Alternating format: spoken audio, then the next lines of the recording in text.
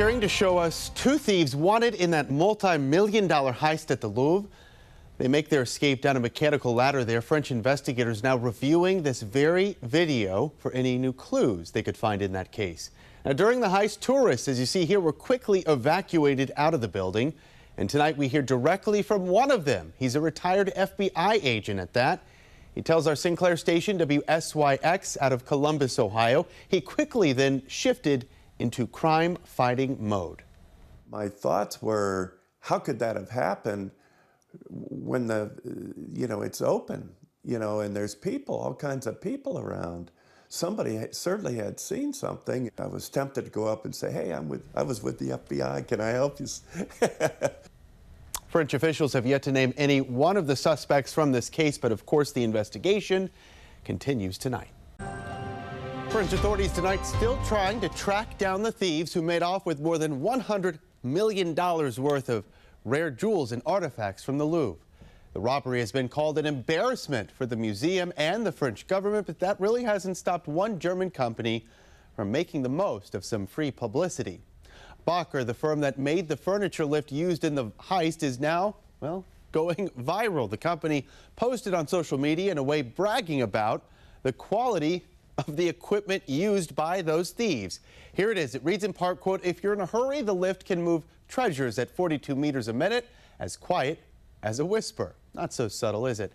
Here's the owner talking about the post that got more than 4 million views as of Thursday. But once we knew no one was harmed, we decided to approach it with a bit of humor. After all, if even art thieves choose our lifts, we must be doing something right. All PR is good PR, they say. French investigators now say they are analyzing more than 150 pieces of evidence, but so far, no arrests have been made.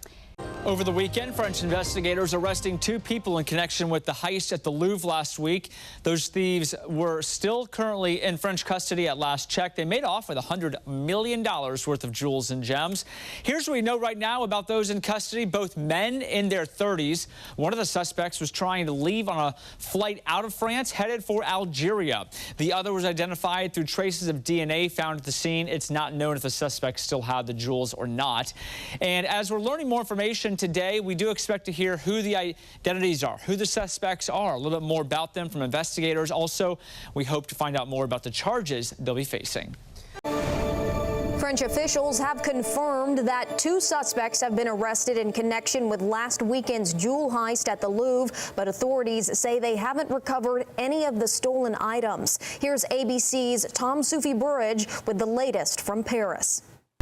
French officials confirming the 2 suspects were arrested late Saturday night in connection with the theft of some of France's crown jewels from the Louvre Museum. Investigators have been analysing DNA and fingerprint traces recovered at the scene, as well as on items they say the suspects reportedly dropped as they made their escape on motorbikes. 2 sources telling ABC News DNA from inside a helmet found at the scene matched one of the suspects, allowing police to conduct surveillance. The 2 men arrested were both from a northern suburb of Paris, and investigators say they were known to police and linked to other robberies. Authorities adding they were arrested as they were about to travel. One man was detained at Paris's Charles de Gaulle airport as he was about to board a flight to Algeria. Police believe the other man was planning to travel to Mali. The arrest coming 1 week after the brazen heist at the world's most visited museum. Authorities say 4 thieves disguised as construction workers used a cherry picker to scale one of the walls of the Louvre Sunday morning.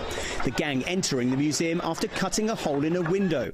Once inside, they stole 9 items, jewels valued at $102 million. The entire robbery taking around 7 minutes. Only the larger stones could possibly be traced to this, but unfortunately, those are the stones they will have wanted to break up as quickly as possible. The many smaller stones are virtually untraceable to this collection. The suspects are now being questioned at the headquarters of the Judicial Police in Paris, which deals with organised and serious crime. Tom Soufi-Burridge, ABC News, Paris.